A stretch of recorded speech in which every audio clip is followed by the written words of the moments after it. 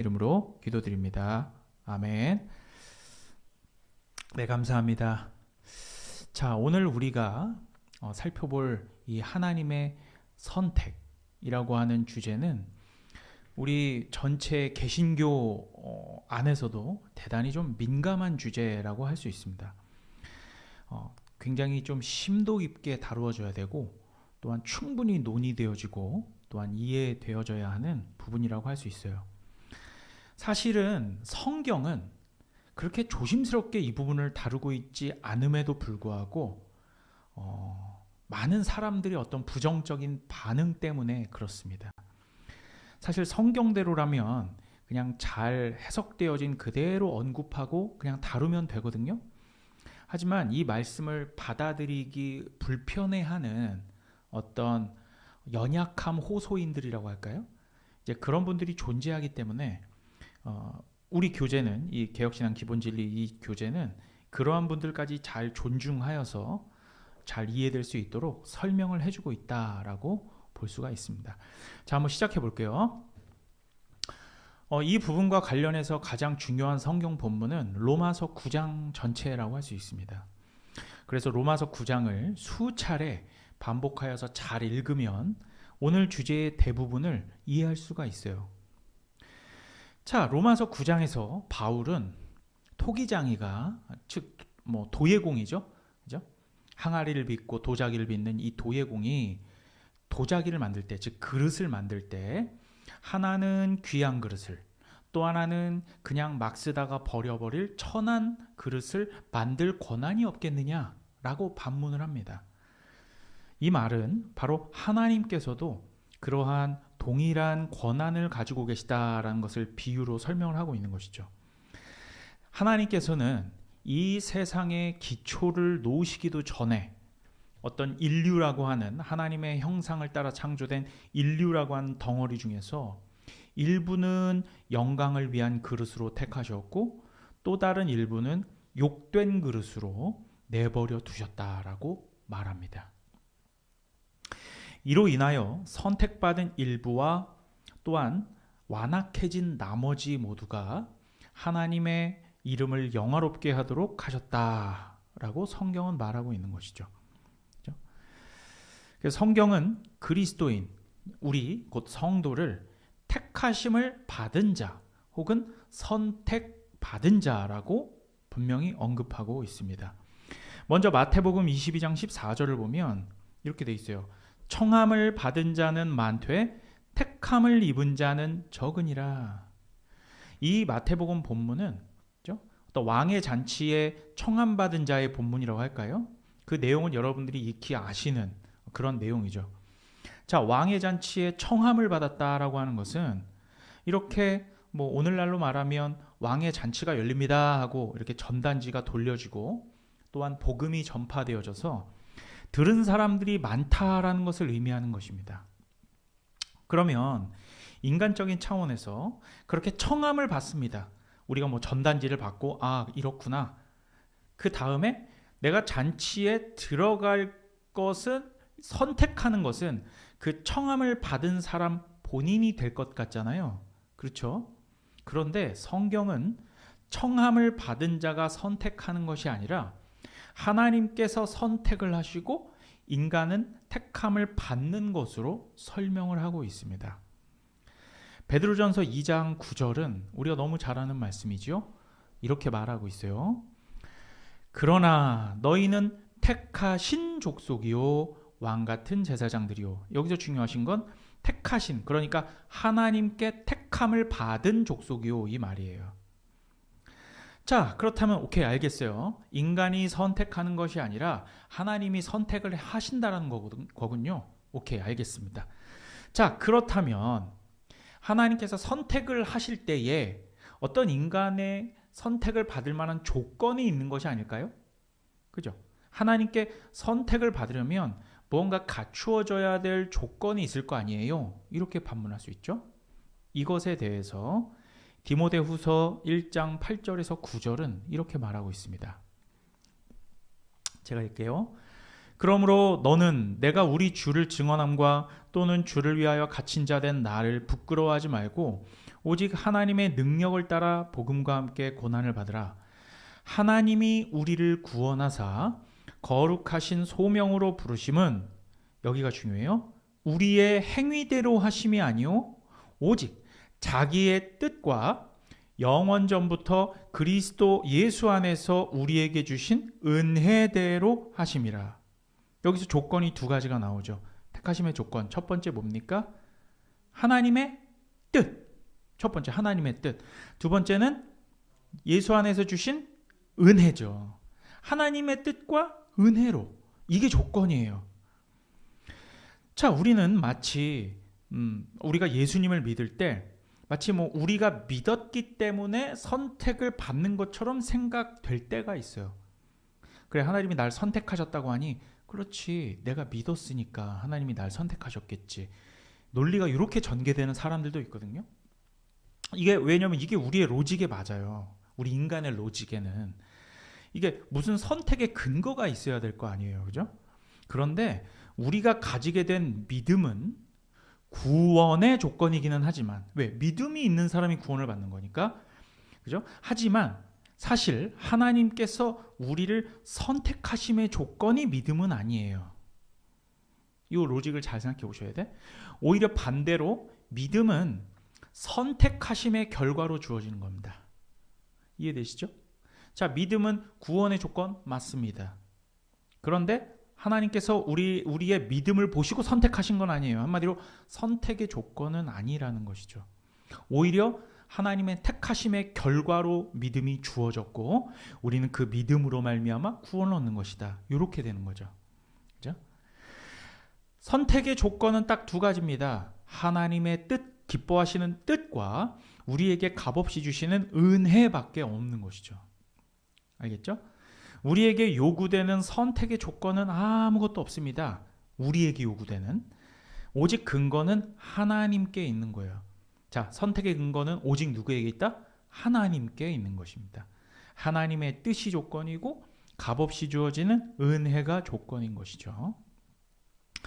자, 그런데 이 선택은 심지어, 자, 그럼 선택이 언제 되어진 거예요? 라고 물을 수 있잖아요. 하나님은 우리를 언제 선택하신 겁니까? 아담과 하와가 범죄한 이후에 우리를 선택하셨나요? 라고도 물을 수 있죠. 그러니까 이 선택도요, 이건 좀 깊은 교리로 가면 타락 전 선택이냐, 타락 후 선택이냐, 이것으로 이제 종교개혁자들 사이에서 그리고 어거스틴까지 올라가면 많은 신학적인 논제들이 있는데, 일단 우리는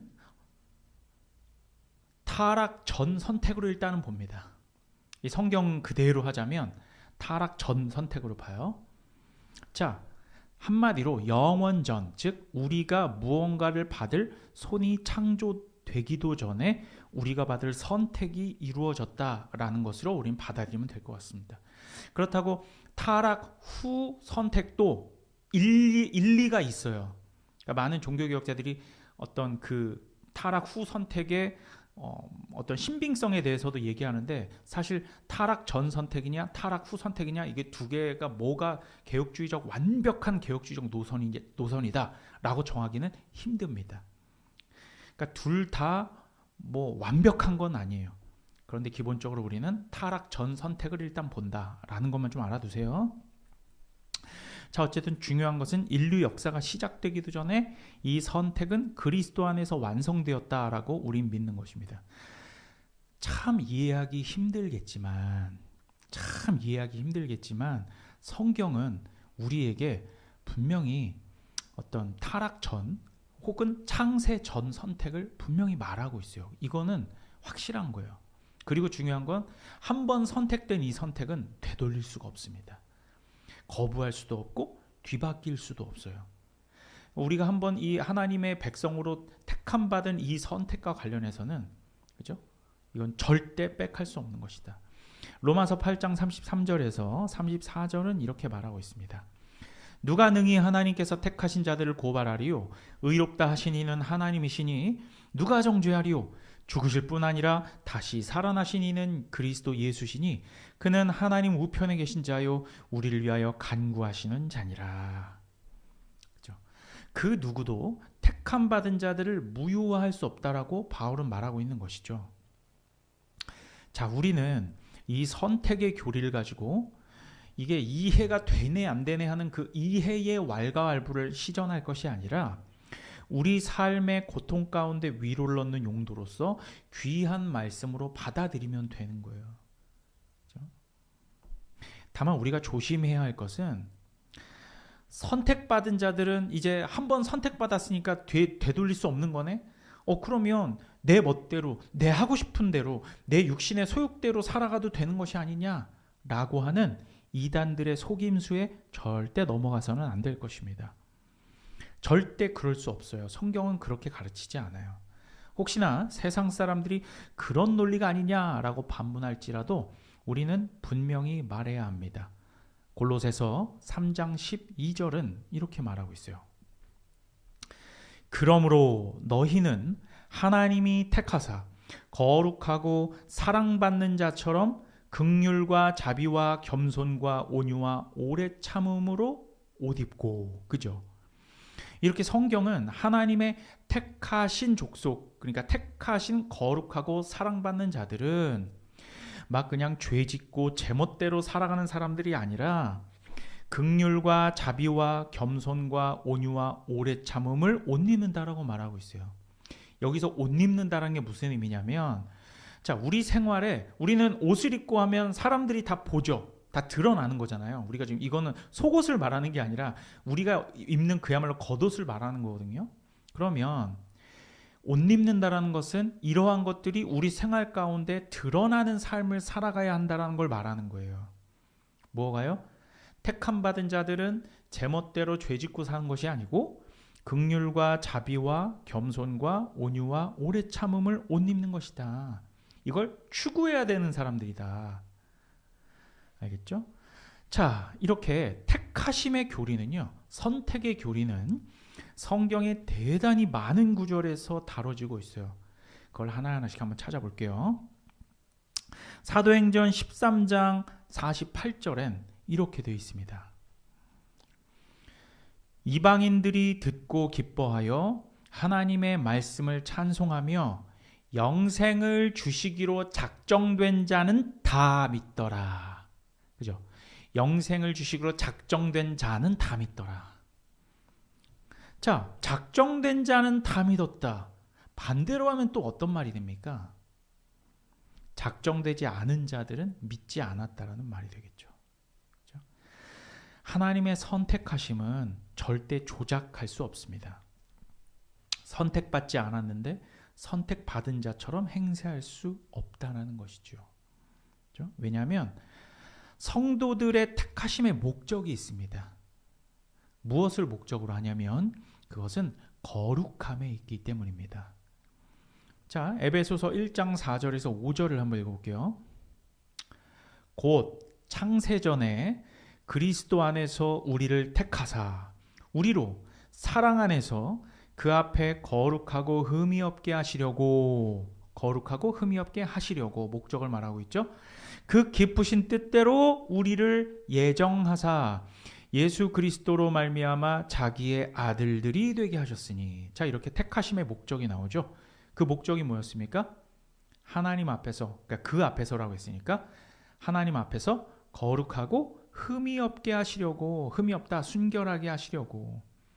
그러니까 우리가 이 세상을 살아가면서 거룩하고 흠 없는 삶을 살게 하시려고 우리를 선택하셨다라는 것입니다.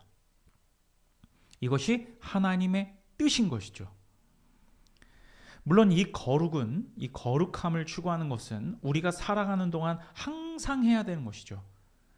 하지만 거룩으로 이끌어 가시는 능력이 우리에게 있습니까?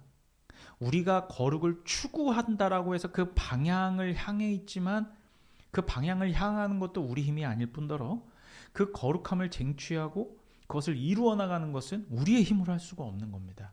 그것은 오직 성령께서 할 수 있는 거거든요. 그래서 결국 우리를 거룩해 하시는 분은 성령 하나님이시다라는 논리로 이제 전개가 되는 거예요. 에베소서 1장 11절에서 12절입니다.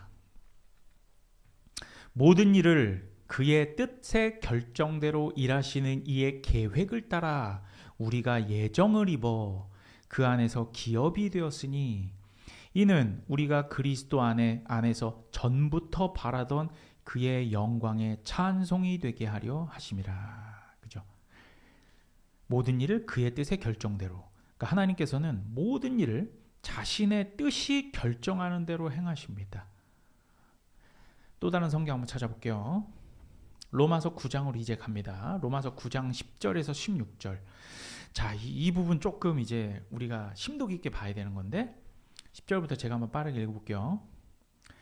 그뿐 아니라 또한 리브가가 우리 조상 이삭 한 사람으로 말미암아 임신하였는데 그 자식들이 아직 나지도 아니하고 무슨 선이나 악을 행하지 아니한 때에 택하심을 따라 되는 하나님의 뜻이 행위로 말미암지 않고 오직 부르시는 이로 말미암아 서게 하려 하사 리브가에게 이르시되 큰 자가 어린 자를 섬기리라 하셨나니 기록된 바 내가 야곱은 사랑하고 에서는 미워하였다 하심과 같으니라. 그런즉 우리가 무슨 말을 하리요? 하나님께 불의가 있느냐? 그럴 수 없느니라. 모세에게 이르시되 내가 긍휼히 여길 자를 긍휼히 여기고 불쌍히 여길 자를 불쌍히 여기리라 하셨으니 그런즉 원하는 자로 말미암음도 아니요 다른 박질하는 자로 말미암음도 아니요 오직 긍휼히 여기시는 하나님으로 말미암음이니라. 아멘. 자, 이제부터 조금 더 우리의 정서에서 받아들이기 어려운 부분들이 나오기 시작합니다. 한번 보세요. 우리가 알다시피 바울은 여기서 이삭의 쌍둥이 아들 야곱과 에서를 거론하고 있죠. 그러면서 아주 조심스럽게 강조하는 것이 있어요. 그것이 무엇입니까? 그것은 하나님께서는 자신의 목적을 위해 이 쌍둥이들이 출생하기도 전에 먼저 나온 에서가 아니라 후에 나온 야곱을 선택하셨다라고 하는 부분이에요. 이걸 지금 강조하고 있는 거죠. 자, 야곱과 에서의 행동이나 그들의 그 어떠함에 따라서 뭐 에서는 털이 많은 사람이었고 야곱은 매끈매끈한 사람이었기 때문도 아니고 누가 착하고 못되고 그런 것도 아니고 뭐 외모, 성격, 뭐 그들의 어떤 지식 수준 그런 것과 아무 관계없이 이러한 선택을 하신 것이 아니라는 것에 우리는 주목을 해야 됩니다. 에서가 먼저 나오고 야곱이 늦게 나오고 뭐 누가 형이고 아우고 하는 것은 아무런 관계가 없습니다. 하나님께서는 이들이 출생하기도 전에 이들이 어떤 선이나 악을 행하기도 전에 자신의 목적을 위해 하나님의 목적이죠. 하나님의 목적을 위해 야곱을 선택하셨고 에서는 거부하신 것입니다. 그죠? 뭔가 불편하죠. 여기서부터 벌써. 그죠? 뭐 야곱이 착하다거나 야곱이 하나님께 무슨 뭐 마음이 합한 자라거나 뭐 더 잘 맞는다거나 그런 이유가 전혀 아니라는 것입니다. 오히려 야곱은 우리가 알다시피 사기꾼에 가까운 자였죠. 그죠? 도덕적으로 떳떳한 사람은 아니었어요. 오히려 속이는 자였죠. 착한 사람은 결코 아니었습니다. 자, 이렇게 야곱의 자손인 이스라엘이, 그러니까 야곱의 다른 이름이 이스라엘이니까 이스라엘 자손이 선택을 받고 에서의 자손인 에돔 족속은 하나님의 택한 백성이 되지 못했어요. 이것은 분명하게 사실이고 결과예요. 자, 그런데 이렇게 야곱의 자손이 선택을 받았다라고 해서 그것이 자동적으로 이스라엘에게서 태어나는 모든 자손들이 구원 백성이 되느냐 하면 그렇지는 않았습니다. 우리가 이스라엘의 역사를 보면 알 수 있듯이 이들은 이렇게 과거 아브라함과 이삭과 야곱으로부터 선택을 받은 민족이었는데도 하나님을 거부하고 나중에는 믿음을 버려버렸죠. 벌써 출애굽할 때부터 그건 벌써 나왔잖아요. 그죠? 그 이후에 뭐 왕정시대, 사사시대 할 것 없이 우리는 이들의 어두운 역사에 대해서 많이 보아왔어요. 이들은 분명히 하나님을 거부했고 믿음을 버렸습니다. 이들이 어떤 백성인데요? 하나님의 택하심을 받은 백성이었는데 유대인들에게는 이렇게 얘기하잖아요. 이 로마서 9장에서 바울이 이들에게는 뭐 양자됨과 영광과 언약과 약속과 하나님에 대한 섬김을 가진 백성들이었다. 그죠? 이들은 실제로 그런 것들을 소유했습니다. 그리고 심지어 이 유대인에게서 누가 나왔습니까? 예수님이 나오잖아요. 메시아가 나오셨다고. 그런데 이들은 메시아를 거부했어요. 그죠? 자, 그렇다면 구약에 나온 이 선택된 백성인 이스라엘이라고 하는 이 민족적 선택은 열방에 무언가를 가르쳐 주시기 위한, 선택함이 무엇이라는 것을 가르쳐 주시기 위한 그림자요, 교육 자료로서 보여주신 것이라고 우리는 이해하면 되겠죠. 그리고 그것을 여러 신약 성경이 증거하고 있습니다. 아브라함의 씨라고 해서 유대민족 전체가 다 택함을 받은 것은 아니라는 결론을 로마서 9장은 내리고 있는 것입니다. 즉 이들의 이 민족적 선택이라는 것은 일종의 문제이지 이것이 해답이 아니라는 것이죠. 그러니까 문제라고 했으니까 어떤 문제입니까? 이런 민족적 선택은 한마디로 하나님께서 아브라함의 육체적 씨라고 해서 모두 다 선택하시는 것일까? 라고 하는 문제를 제기했다라는 거예요. 자, 아브라함과 야곱과 이삭과 야곱의 자손들을 선택하셨어. 그런데 이렇게 아브라함의 육체적 씨라고 해서 모두 다 선택하시는 거냐고 라면서 구약 성경이 우리에게 의문을 제기하는 거지. 그리고 신약 성경으로 갔을 때 성경은 하나님의 백성은 아브라함, 즉 이스라엘의 혈통의 자손이 아니라 아브라함과 같은 믿음을 소유한 사람이 곧 영적 이스라엘 자손이다라는 것을 신약 성경은 증거하는 것이죠. 그죠? 그런 해답은 히브리서에서 분명히 나옵니다. 그죠? 어쨌든 로마서 9장의 결론을 이제 우리 교재는 이렇게 내리고 있거든요. 한번 54페이지 한번 보세요. 54페이지 밑에서 5번째 줄 보이시죠? 제가 읽을게요. 그러니까 로마서 9장의 결론은 이렇습니다. 하나님께서는 자신이 적절하다라고 생각하시는 때에 자비와 긍휼을 나타낼 권한을 가지시며 하나님께서 이를 행하시는 데에는 불의가 없다 하는 것이다. 이것이 바로 하나님께서 죄인을 구원하시는 방법이기 때문이다. 또한 우리는 바울과 동일한 결론을 내리게 된다. 구원받음은 죄인들이 원해서도 아니요, 죄인들이 다른 박질했기 때문도 아니다. 그러니까 다른 박질이라는 건 열심을 다한 행위, 그죠? 그런 다른 박질 때문도 아니다. 구원은 오직 하나님의 긍휼로 말미암는다. 인간의 선택과 선함에 의해 구원을 받는다는 말은 성경 그 어디에도 없다. 이것이 결론입니다. 그렇죠? 자, 여기까지가 이제 선택하심에 대해서 한번 살펴봤고, 이제는 선택하심에 있어서 동전의 다른 면을 한번 봅시다. 즉, 택함받은 사람들이 있다면 택함받지 못한 사람들이 있겠죠. 택함받지 못한 사람들에 대해서 성경은 이것이 그들의 완악함 때문이다라고 표현하고 있어요. 완악함에 대한 성경 구절들을 우리는 잘 살펴보아야 합니다. 오해가 있으면 안 되니까요. 또한 선택의 예정하심과 이렇게 완악하게 하신 자들을 또 다른 표현으로는 유기라고 하거든요. 유기.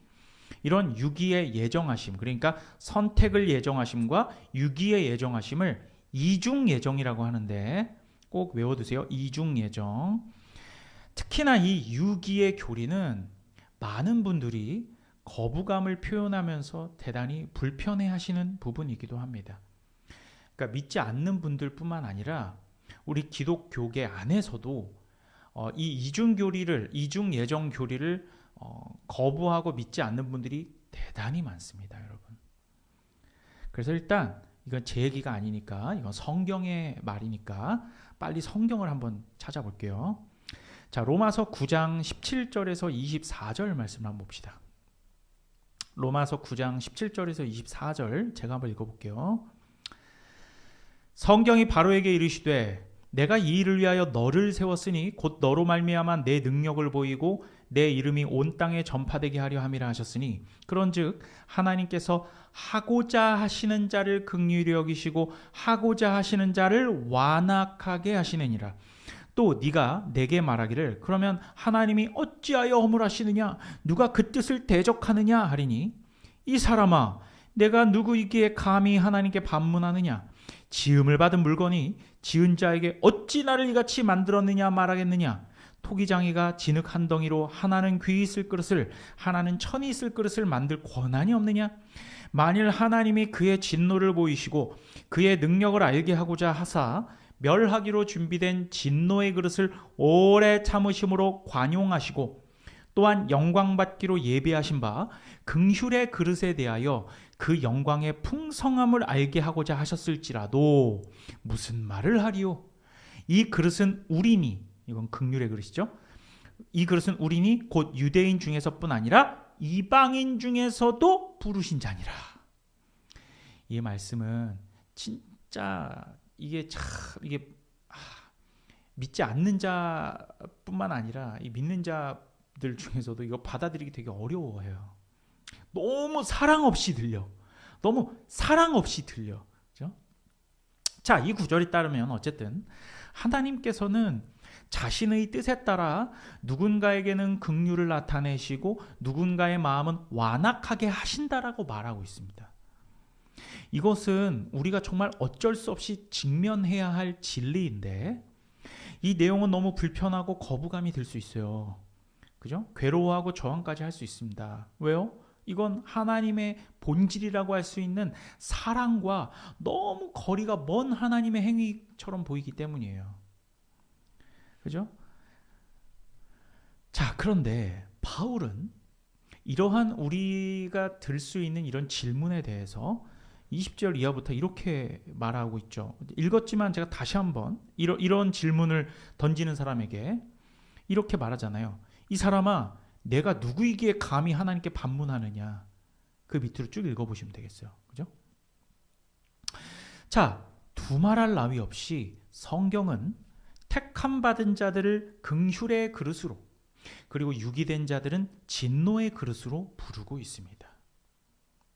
그런데 이들이 태어나기도 전에 형질이 생기기도 전에 곧 누구처럼? 에서와 야곱처럼 그들의 그 어떠함 때문이 아닌 선택에는 조건이 두 가지가 있었죠. 무엇과 뭐 때문에? 첫 번째 하나님의 뜻과 두 번째는 은혜. 그렇죠? 이 진리는 결코 여러분 오해하시면 안 돼요. 이 진리는 결코 하나님의 본질이라 할 수 있는 사랑과 공의의 성품에 전혀 흠집을 내지 않습니다. 전혀 흠집을 내지 않아요. 그것은 우리 기분 탓이에요. 이게 흔히 우리가 유행처럼 쓰이는 말이지 기분 탓이야. 근데 이거 진짜 기분 탓이에요. 우리는 성경의 어떤 이런 진술을 논리적으로 따라가야지 성경에서 분명히 말하고 있는 부분을 우리의 정서와 맞지 않는다는 이유로 곡해할 필요는 전혀 없어요. 이 진리는 하나님 사랑의 성품과 공의의 성품을 전혀 흠집내지 않는다. 다만 우리가 불편한 건 우리의 이해의 한도 범위를 초과하기 때문입니다. 이걸 인정해야 돼요. 아, 도저히 이해가 안 된다 라고 할 수 있죠. 거기에서 우리의 태도입니다. 이해가 되지 않고 이해가 되지 않는다고 받아들여지지 않는 건 아니거든요. 억지로 받아들이라는 건 아닙니다. 왜냐하면 이러한 말씀은 받아들일 자만 받아들여요. 하지만 어쨌든 성경의 진술을 한번 따라가 볼게요. 여러분 출애굽 때 바로를 한번 보시죠. 파라오. 이 파라오는 재앙을 몇 번이나 맞습니까? 10번이나 두드려 맞거든요. 그런데 이러한 경고가 첫 번째, 두 번째 재앙 계속 이 재앙이 계속 누적되면서 그리고 또한 경고가 주어졌음에도 불구하고 그의 결정과 그의 책임으로 하나님의 이러한 경고의 말씀을 무시했고 재앙이 임했는데도 정신을 차리지 못했습니다. 이건 누구의 책임이에요? 바로의 책임입니다. 본인의 결정이었고, 그렇죠? 그리고 이러한 바로의 행동은 이미 바로가 이렇게 할 것이라고 사전에 하나님이 말씀하신 것이죠.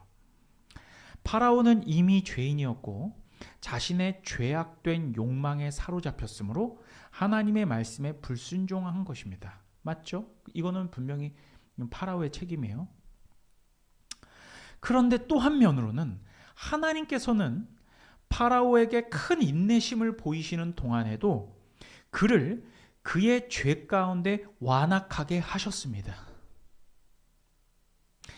자, 파라오가 열장을 두드려 맞으면서까지 본인이 고집을 부렸고 하나님 말씀에 순종하지 않았어요. 그죠? 근데 또 한편으로 하나님이 그렇게 오래 참으신 거야. 계속 참으셨어. 그런데 그렇게 하나님께서 그를 완악하게 하신 거야.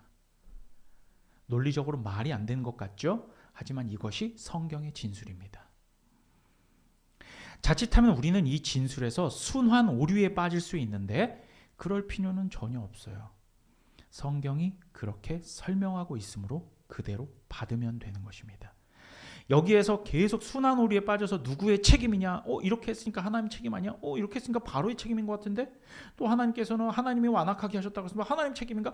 이렇게 하면서 우리는 계속 이 논리대로 하면 끝이 없이 순환 논리에 빠져서 정신줄을 놓을 수가 있어요. 하지만 우리는 이 둘 다를 받아들이면 돼요. 하나님께서 긍휼히 여길 자 긍휼히 여기시고 완악하게 할 자를 완악하게 하신다고 성경은 다른 성경에서도 말하고 있잖아요. 그리고 그것의 실제 사례가 지금 이 파라오의 경우예요. 하지만 그 책임은 파라오가 지는 겁니다.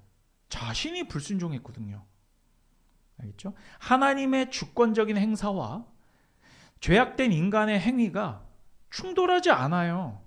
우리가 지난주에 분명히 살펴봤잖아요. 인간의 선택과 하나님의 주권이 충돌하지 않는다고. 둘 다 양립한다고. 그게 바로 이 본문에서 드러나는 겁니다.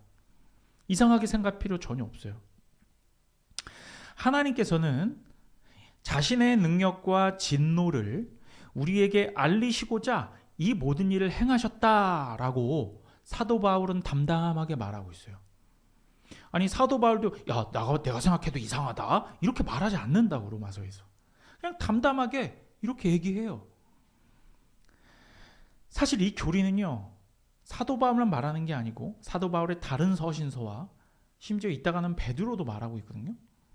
그냥 우리는 이 진리를 그대로 받고 믿으면 됩니다. 하나님을 이상한 신으로 몰지 말고 순수하게 하나님의 이러한 절대 주권의 행하심을 신뢰하면 돼요. 그리고 인간의 책임도 100% 그리고 하나님의 주권도 100% 이러한 우리의 어떤 과학적 사고로는 이해되지가 않겠지만 성경이 이렇게 말하고 있으므로 우리는 이것을 그대로 받아들이면 되는 것이죠. 로마서 11장 5절에서 8절입니다. 이렇게 말하고 있습니다.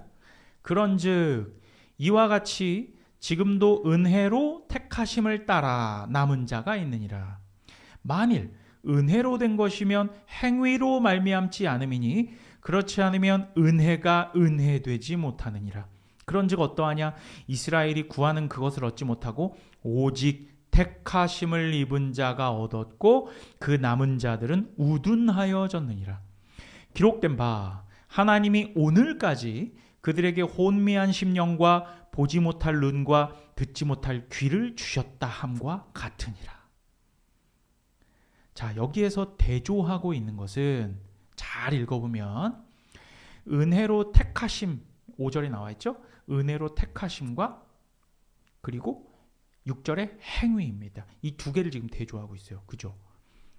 성도는 하나님께서 주시는 은혜의 택하심을 의지하고, 그러니까 우리는 다른 걸 의지하는 게 아니라 주께서 나를 택하셨음을 의지하는 거예요. 내가 그 무엇도 아닌데 심지어 죄인 되었을 때에, 그죠? 우리를 택하셨구나. 우리는 그러면 하나님의 택하심을 의지하고 악인들은, 유기된 자들은 자기의 행위를 의지하는 겁니다. 선택받은 자는 구원을 얻고 나머지는 완악해집니다. 이들이 완악해진 것은 하나님께서 그들에게 혼미한 심령과 보지 못할 눈과 듣지 못할 귀를 주셨기 때문이다라고 로마서는 분명히 말하고 있죠. 그죠? 이렇게 읽으면 마치 그들이 불순종할 원인을 하나님이 제공하신 것처럼 들려. 하지만 그렇지는 않습니다. 순한 오류에 빠지면 안 된다고 제가 계속 말씀을 드리는 거예요. 자, 이러한 대조는요, 데살로니가 전서에도 있습니다. 데살로니가 전서 5장 9절 보면 이렇게 돼 있어요. 하나님이 우리를 세우심은 노하심에 이르게 하심이 아니요. 자, 이렇게 말하는 건 지금 노하심에 이르게 되는 자들이 있다란 얘기예요. 그죠? 오직 우리 주 예수 그리스도로 말미암아 구원을 받게 하심이라. 즉 택자들의 구원은 정해져 있고, 이와 마찬가지로 하나님의 진노하심에 이르는 자들도 정해져 있다라는 것입니다. 자, 그렇다면 인간이라고 하는 모든 존재는 두 부류로 나뉩니다. 택자와 유기된 자가 있고 두 종착지를 향해 달려가는 것이죠.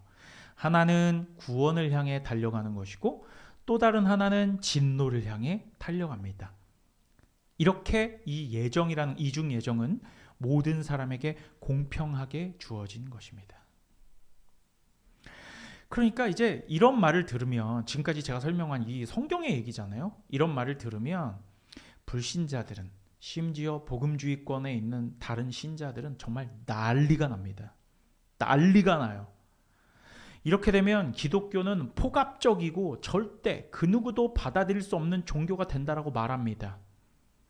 솔직히 말씀드리면 저도 옛날에 이 진리를 깨닫기 전까지는, 그러니까 한마디로 저도 20대까지는, 30대 초반 전까지는 저도 복음주의권에 있었기 때문에 저도 이걸 받아들이지 않았을 거예요. 하나님이 이렇게 무자비한 폭압적 하나님이 아닐 거야. 그때는 저도 그렇게 생각했던 것 같아요. 그렇죠? 하지만 그러한 마음이, 저도 그랬고 그러한 마음이 바로 인본주의자들의 특성입니다. 인본주의자들의 특성이에요.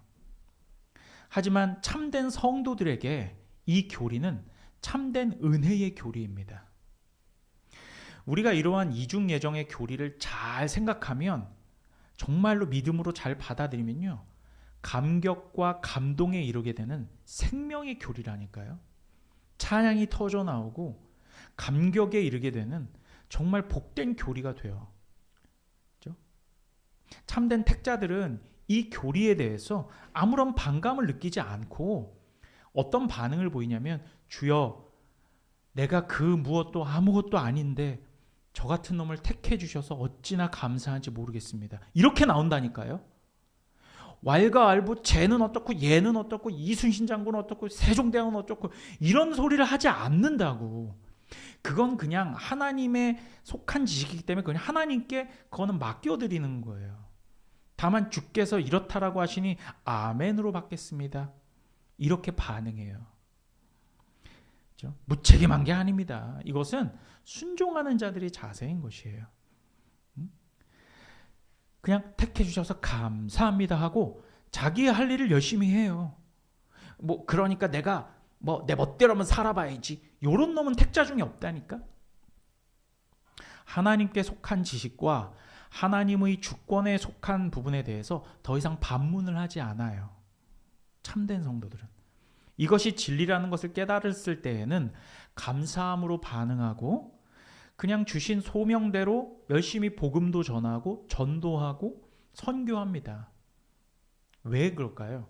이미 정해졌다며, 예정되었다며. 어떻게 받아들이냐면, 내가 전도할 때, 내가 열심히 복음을 전할 때 또 다른 하나님의 택자들이 우리의 복음 전함으로 드러나야 된다라는 사고를 가지고 있어요. 내가 아무것도 하지 않아도 예정된 자들은 그냥 다 하나님께서 구원하실 거니까 내가 뭘 해? 이러한 자세는 택자들 중에 없다라는 거죠. 이렇게 우리의 복음 전함과 선교와 전도 열심히 합니다. 이 이중 예정을 믿는 자들이요. 자, 이 교리에 대해서 심각한 모순과 오류를 느끼고 불편하고, 하나님이 이러지 않을 거야, 이럴 수는 없어, 이상하게 생각된다면, 이제 이 교재가 말하는 것은, 이건 제가 말하는 게 아닙니다. 이 교재에 이렇게 쓰여 있는 거예요. 오해하시면 안 돼요. 그 사람은 진노가 예정된 자들 가운데 속했음을 그러한 방식으로 드러낸다라고 말합니다. 참 불편하지만 우리는 이것을 직면해야 돼요. 어쩔 수 없습니다.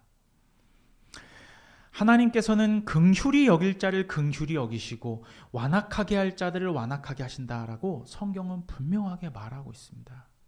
우리가 이 말씀을 어떻게 해석할까요? 혹시 하나님의 사랑에 푹 빠져있는 분들이 참 많이 계시는 걸로 알고 있는데, 하나님께서 긍휼히 여기실 자, 하나님의 뜻대로 그 사람의 조건과 상관없이, 혹은 완악하게 할 자를 완악하게 하신다, 이 부분을 어떻게 받아들이실 거냐고. 아니야, 우리 하나님이 그러실 수 없어 라고 생각하시겠어요? 그것은 성경의 가르침을 역행하는 거잖아요. 그렇죠? 여러분, 이것은 사도 바울만의 얘기도 아닙니다. 사도 베드로도 이와 똑같은 말씀을 하고 있어요. 베드로전서 2장 8절을 한번 볼게요. 이렇게 말씀하고 있습니다.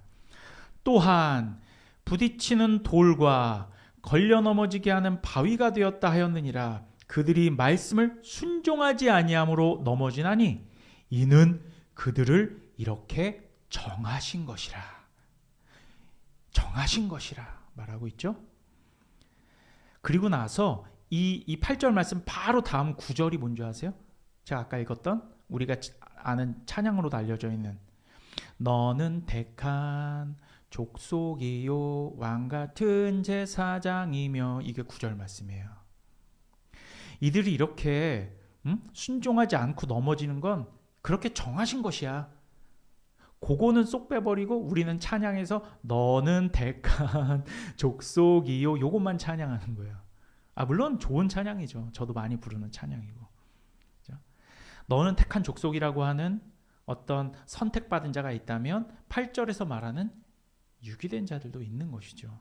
하지만 그것은 찬양 가사 속에 넣지 않습니다. 불편하니까요. 그렇죠? 분명히 택하신 족속과 유기된 자를 베드로도 말하고 있습니다.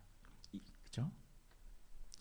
하나님께서 이 말씀을 우리에게 주신 것은 여러분 분명히 아셔야 돼요. 하나님께서 이러한 말씀을 우리에게 주신 목적은 우리의 믿음을 강화시키고 우리의 믿음을 증폭시키기 위함이지, 우리의 믿음을, 그리고 우리의 신앙을 약화시키거나 좌절시키고 좌초되게 하기 위해서가 아니라는 사실을 꼭 기억하셔야 합니다. 이 말씀으로 너희의 신앙에 닻을 내리고 굳건하게 흔들리지 말라는 거예요. 감사함으로 나아가고, 이런 말씀으로 시험에 든다라고 하면 이건 분명히 하나님 말씀인데 자신의 신앙을 다시 한번 점검해야 하는 것입니다. 내가 하나님 말씀에 내 용을 사모하는 건지, 아니면 감성적인 부분을 사랑하는 것인지 한번 돌아봐야 할 것입니다. 자, 이제 이러한 가르침을 불편하게 생각하는 분들은 이제 두 가지의 의문점을 제시하거든요. 질문 두 가지가 있어요. 어떠한 질문을 주로 하시냐면, 첫 번째, 하나님이 과연 그렇다라고 하신다면 그럼 하나님이 공정하신 분이냐? 하나님이 공평하신 것이냐? 라는 것이죠. 공평하냐는 거예요. 그런데 여러분, 사실 이러한 이의는 지금 오늘날의 우리가 똑똑해서 우리만 제기한 것이 아닙니다. 우리가 읽었던 말씀에서 우리가 눈치챌 수 있을지 모르겠지만 이미 바울 시대에도 이러한 질문을 하는 사람들은 이미 있었어요. 그리고 바울은 인간들의 본성을 잘 이해하고 있었습니다. 그래서 로마서 9장에서 이렇게 말하고 있는 거죠.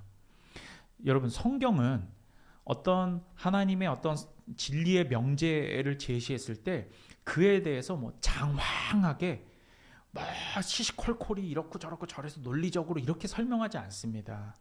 오히려 이렇게 말해요. 제가 읽었지만 19절부터 다시 한번 읽어볼게요. 혹 네가 내게 말하기를 그러면 하나님이 어찌하여 허물하시느냐, 누가 그 뜻을 대적하느냐 하리니, 이게 이제 그러한 질문을 한 거죠. 이 사람아, 네가 누구에게 감히 하나님께 반문하느냐? 지음을 받은 물건이 지은 자에게 어찌 나를 이같이 만들었느냐 하겠느냐? 토기장이가 진흙 한 덩이로 하나는 귀 있을 그릇을 하나는 천이 있을 그릇을 만들 권한이 없더냐?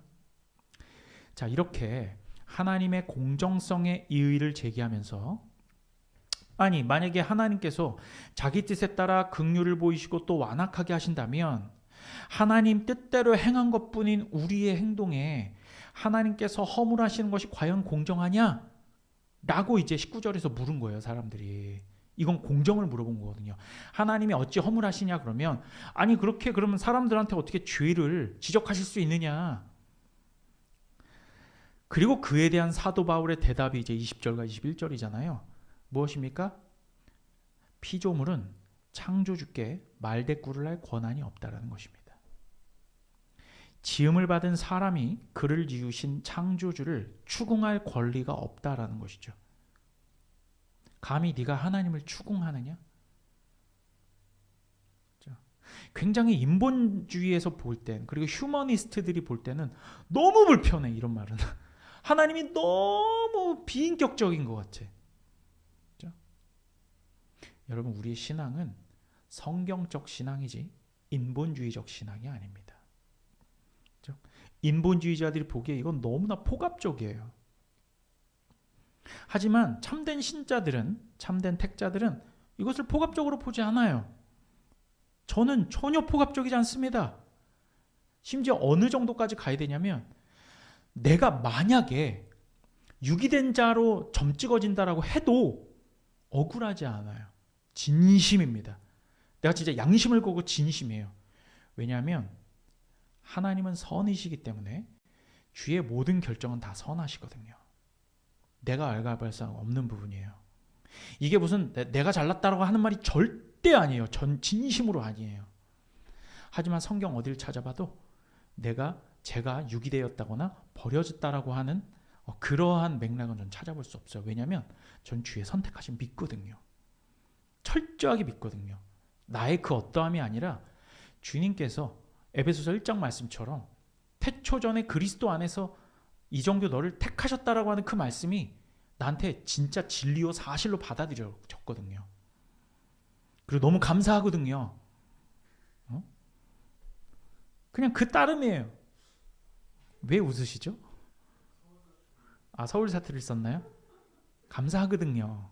저 진짜 그렇거든요.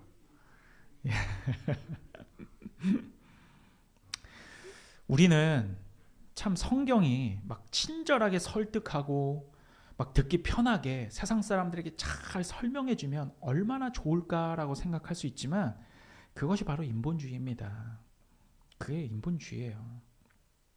성경이 우리의 정서와 꼭 평행선을 그어야 할 이유가 있습니까? 여러분, 우리 정서에 반하면 안 되는 거예요, 성경이. 착한 사람들의 정서를 건드리면 안 되는 겁니까? 이 세상에 선하고 착한 사람들이 많이 있을 수 있습니다. 그런데 그가 정말 선입니까? 그럴 이유는 전혀 없습니다. 바울은 하나님의 주권에 대한 이의를 피하는 대신에 오히려 확언할 기회로 사용합니다. 하나님께서는 긍휼의 그릇들 위에 자신의 영광의 풍성함을 보여주시기 위해 어떤 사람은 택하시고 어떤 사람은 완악하게 하셨습니다. 하나님께서 어떤 자들은 당신의 뜻대로 기뻐하시는 뜻에 따라 어떤 자는 완악하게 하셨다라는 게 불편하십니까? 하나님의 그러한 선택과 결정과 유기가 막 너무 하나님이 막 추악한 신 같으십니까? 너무 죄송스러운 말씀이지만 자신의 신앙을 다시 한번 돌아보시기 바랍니다. 진심이에요, 이것은. 그러한 하나님의 뜻이 그렇게 거리껴집니까? 꺼끌거립니까? 그럴 필요가 전혀 없어요. 왠지 아십니까? 바울이 말하는 것처럼 왜 지음받은 물건이 하나님께서 너를 만드시고 창조하셨는데 주님이 그렇다라고 하면 그런 걸로 받아들이면 안 됩니까? 정말 너무 간절하게 저는 그렇게 여쭤보고 싶어요. 이걸 너무 불편하게 생각하시는 분들. 그죠? 우리는 누가 유기됐고 누가 뭐 선택되었는지 정확히는 몰라요. 정확히는 그렇게 찝어서 누구누구다라고 우리는 말할 수 없는 지식이라니까요. 하나님께 속한 지식을 우리는 왜 하나님의 이러한 명제를 자꾸 추궁하려 드냐고요. 그냥 받아들이시면 좋을 것 같아. 아멘으로 받아들이십시오. 너무 복됩니다. 그것은. 이 놀라운 진리는요, 하나님께서 우리에게 내려주신 긍휼에 대해 그냥 겸손하게 감사로 무릎 꿇게 합니다. 이 진리로 인해서 하나님 앞에 분노를 일으킬 이유는 전혀 없어요.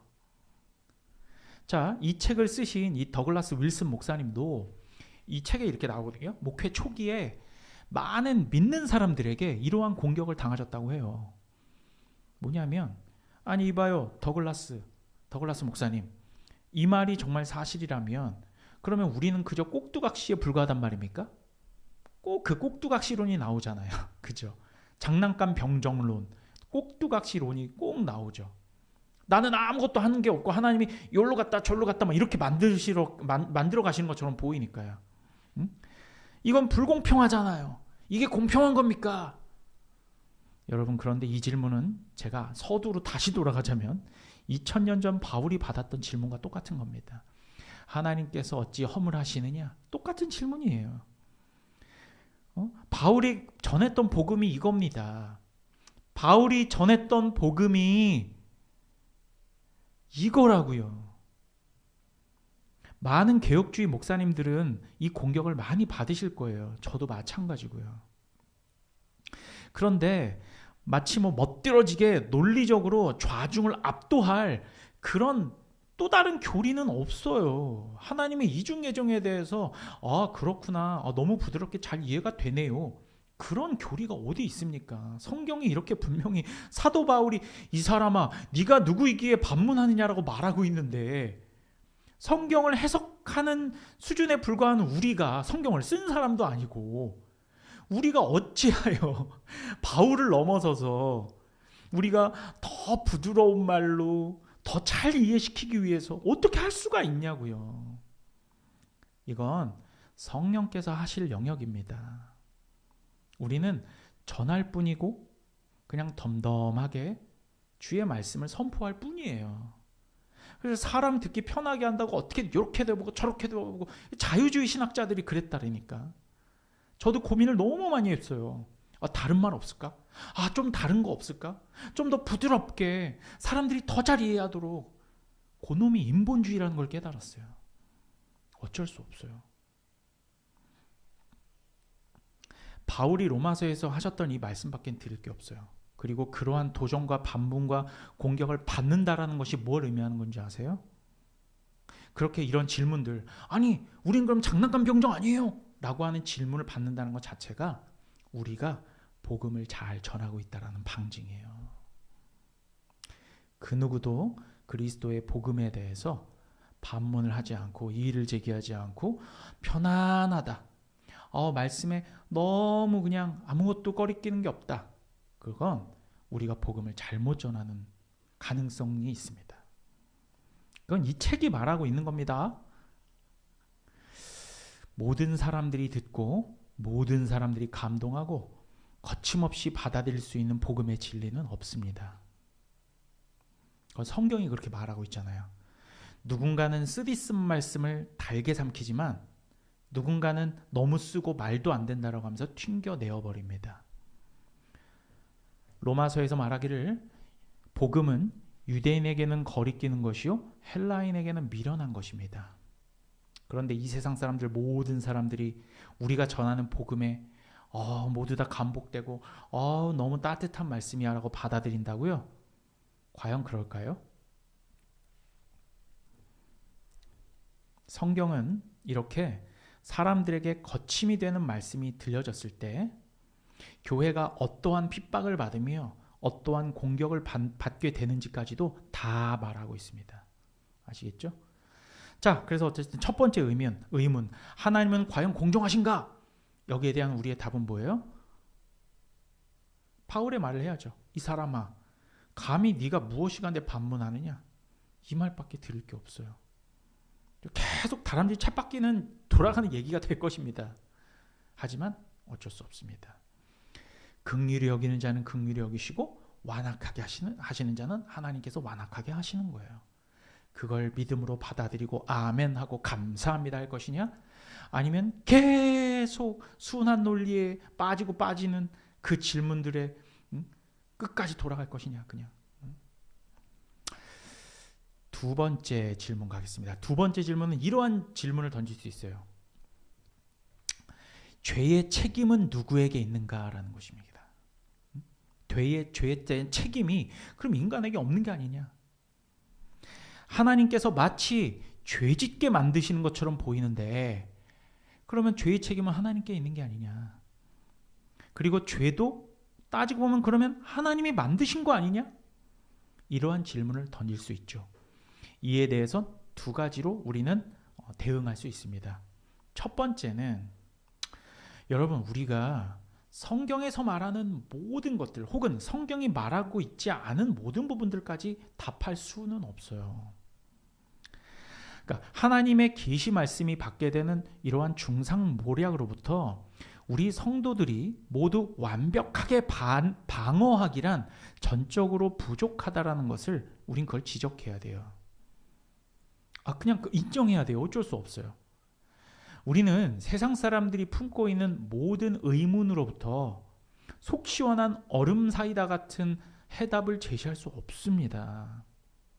그러니까 그것 자체를 지적해야 되는 거예요. 형제님, 자매님이 어떠한 질문을 하신다고 해서 제가 거기에 대해서 완벽한 해답을 드릴 수는 없습니다.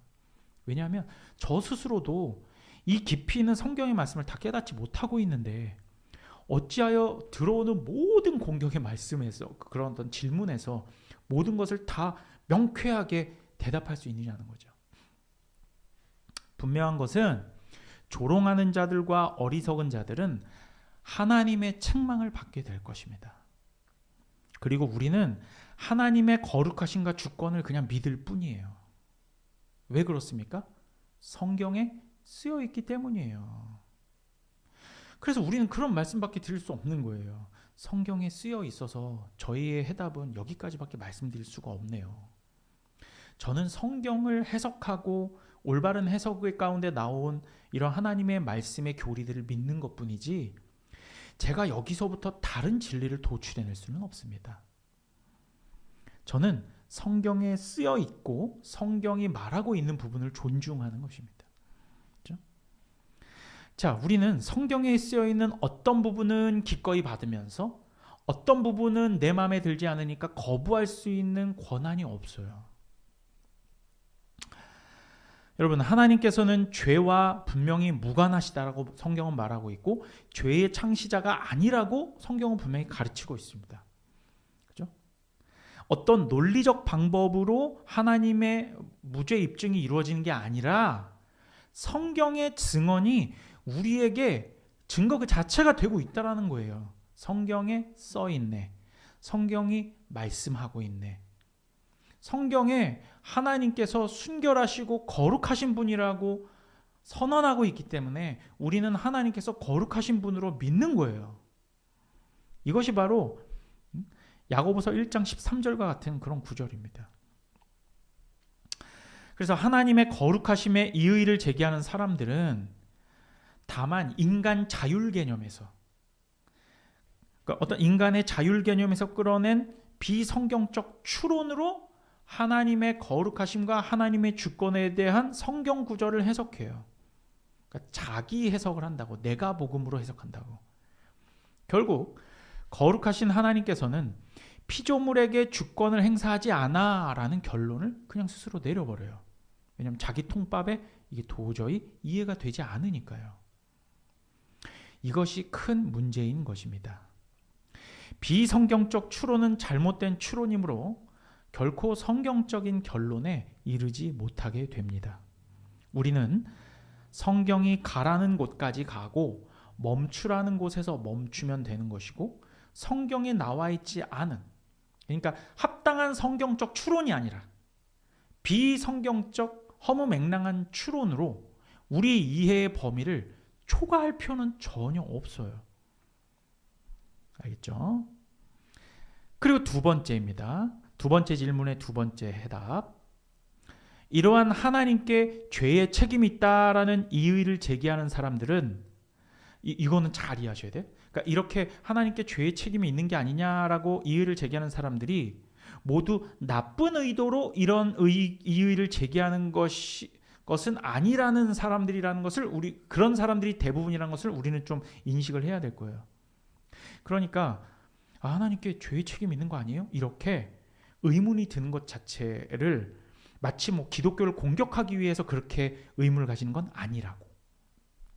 그러니까 본인들은 결국 어떤 설득을 통해서 이해받고 싶은 거예요. 이걸 진짜 이해하고 싶어서 물어본 사람들도 있어요. 왜냐하면 진짜 우리의 어떤 이해 수준의 범위는 그곳으로 갈 수밖에 없으니까. 알겠죠? 아니 파라오를 이렇게 완악하게 하셨다면 그럼 죄의 책임은 하나님께 있는 게 아닐까요? 이런 의문이 드는 거죠. 그죠?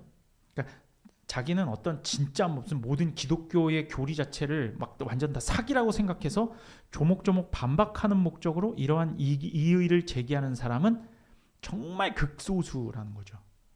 그렇다면 우리가 분명히 알아야 하는 것은 하나님께 죄가 있는 것이 아니냐라는 이 문제가 실제로 그렇게 질문하는 분이 그렇게 생각하고 있는 그 장애물을 제거하지 못한다라는 사실을 일깨워줘야 돼요. 자, 그렇게 하나님께 죄의 책임이 있는 게 아닙니까? 라고 하는 의문이 들어서 그걸 해결하고 싶어 하지만 그 질문을 제기하는 것 자체로 장애물을 자기가 가지고 있는 이해 장애물을 제거할 수 없다라는 말을 드린 겁니다. 그렇죠? 자, 잘 들어보세요. 하나님께서는 마음만 먹으시면 현재 이 세상의 모든 죄악들을 다 멸하실 수 있어요. 그죠? 진짜 이 세상에 있는 모든 죄를 완벽하게 도말하실 수 있습니다. 그리고 그 일은 언젠가는 해결이 될 거예요. 실제로 실현이 될 거예요. 맞죠? 언제가 그렇게 될까요? 예수님께서 다시 오실 때요. 그 일은 정말로 일어날 거예요. 그런데 하나님께서는 당분간은 그렇게 하지 않으시기로 작정하십니다. 지금 현재 살아가는 우리 세상 속에서 얼마나 죄가 관영합니까? 에덴 동산 이후로 쭉 그래 왔어요. 그죠? 그건 하나님 마음이에요. 다만 예수님의 다시 오심이 길어지고 있다면 자범죄를 하나님께 떠넘기는 사람들에게 오래 참으심을 보이시고 있는 것이다라고 우리는 이해하면 돼요. 하나님께서 지금 계속 길이길이 참으시는 것이다. 그들에게 계속 어떻게 보면 기회를 주고 있는 거죠. 악인들은 계속해서 자기 죄의 책임을 하나님께 떠넘깁니다. 어떤 식으로 말하냐면 자기도 자기 자범죄를 짓고 있으면서 지금 이 세상에서 일어나고 있는 비참한 거, 전쟁, 지금 이스라엘 팔레스타인 전쟁, 우크라이나 전쟁, 사람들의 죽음 이런 것들을 이런 비참과 절망, 전쟁이나 가난, 기아와 같은 이런 악의 결과들에 대한 책임을 모조리 다 조물주에게, 즉 하나님께 떠넘기고 있다라는 것입니다. 여러분, 우리 기독교 교리는 어떤 것이든 세상 사람들의 비난에 노출될 수밖에 없다라는 것을 우리는 꼭 이해하고 받아들일 수밖에 없는 것입니다. 우리의 기독교 교리가 세상 사람들의 이해 수준에 완벽하게 논리적이어서 그들이 다 이해 가능한 것이어서 우리가 이것을 전해야 되는 것은 아니에요. 그것은 성령의 깨닫게 하시는 역사가 필요합니다. 다만 성경은 이 모든 이들의 행위, 그리고 하나님께서 계속 길이길이 참으시면서 예수 그리스도의 다시 오심을 유예시키고 있는 것은 하나님의 긍휼과 자비가 작용하고 있다고 봐야 됩니다. 그리고 성경은 이 모든 것들이 하늘에서 하나하나 다 카운팅되고 있으며 반드시 예수 그리스도의 심판대 앞에서 다 다루어질 것임을 분명히 말하고 있습니다. 사람들은 자신이 하나님의 법정 가운데 설 것은 까마득히 모르고 자신들의 상상 가운데 하나님을 자기들의 법정에 세워요. 상상의 법정에 세워서 하나님에게 유죄를 확정해 버립니다. 이건 말이 안 돼. 이게 말이 돼? 이건 논리적으로 말이 안 돼. 그러므로 하나님, 기독교가 믿는 그 하나님은 말도 안 되는 신이야. 만약에 이렇다면 왜 이렇게 이 세상에 죄악이 많고 왜 죄도 없는 우리 어머니가 왜 암에 걸려서 돌아가셔야 되고, 세상 사람들은 다 이러한 논리거든요. 이러한 상상의 결과 하나님의 모든 것은 다 거짓이라는 결론에 이를 수밖에 없습니다. 우리가 분명히 알아야 되는 건, 여러분, 하나님께서는 사람들을 설득하실 필요가 전혀 없으십니다. 그럴 책임도 없고요. 그럴 이유도 없으십니다. 왜 그런지 아세요? 인간은 자기에게 하나님께서 이러이러한 조건을 충족시켜주면 하나님을 믿을게라고 말해요. 그런데 여러분, 성경을 한번 볼까요? 하나님의 택한 백성이라고 하는 이스라엘 백성이 애굽에서 나왔을 때 홍해를 만나죠? 근데 홍해가 어떻게 됐습니까? 갈라지는 기적을 보았어요. 그리고 아무것도 먹을 것이 없는 사막에서 만나를 먹었죠. 그리고 구름 기둥과 불 기둥을 보았어도 결국 이들은 왜 안식에 들어가지 못했어요? 믿지 않아서예요. 안 믿었어요. 보았는데 안 믿었어요. 인간들은 다 거짓말을 하고 있는 겁니다. 자기들이 보면 믿고 경험하면 믿겠다고요? 보고 경험해도 믿지 않는 것이 인간들입니다. 누가복음에 이런 말씀이 있죠. 죽은 자 가운데서 살아나는 것을 본다 할지라도 모세와 선지자들에게 듣지 아니하면 그들은 그것을 결코 믿지 않는다고 예수님이 말씀하시잖아요. 그렇죠? 주의 말씀이 아니고선 인간은 하나님을 보아도 믿지 않습니다. 그렇죠? 하나님의 주권에 대한, 그리고 우리 구원에 대한, 우리 구원의 문제에 대한 주권까지도 성경의 증언대로 받아들이는 사람들은 언제 어디서나 비난받을 수 있고 또한 그럴 준비가 되어 있어야 합니다. 이게 정말 중요한 거예요. 여러분, 우리는 비난받을 수 있고요.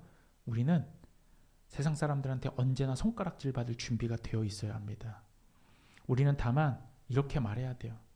뭐라고요? 이 사람아, 내가 누구이기에 감히 하나님께 반문하느냐? 라는 대답밖에 할 수 없는 사람들이죠.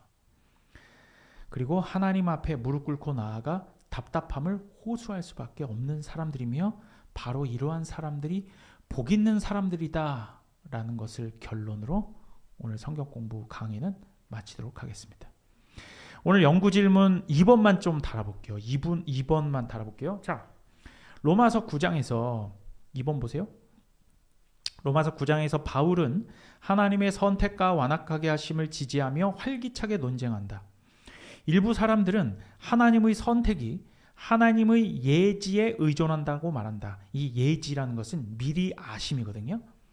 이것을 이제 지금 오늘 책에서는 설명하지 않았지만 예전에 이제 신학 논쟁 중에 이 예정을 이해하기가 너무 어려운 사람들이 이단들인데, 이 사람들이 또 어떠한 예정을 갖고 나왔냐면 예지 예정이란 걸 갖고 나와요. 이게 뭐냐면 우리가 믿음으로 구원을 받잖아요. 그러면 하나님께서 이 사람이 믿는다라는 것을 미리 아시고 이를 선택했다, 이렇게 되는 거예요.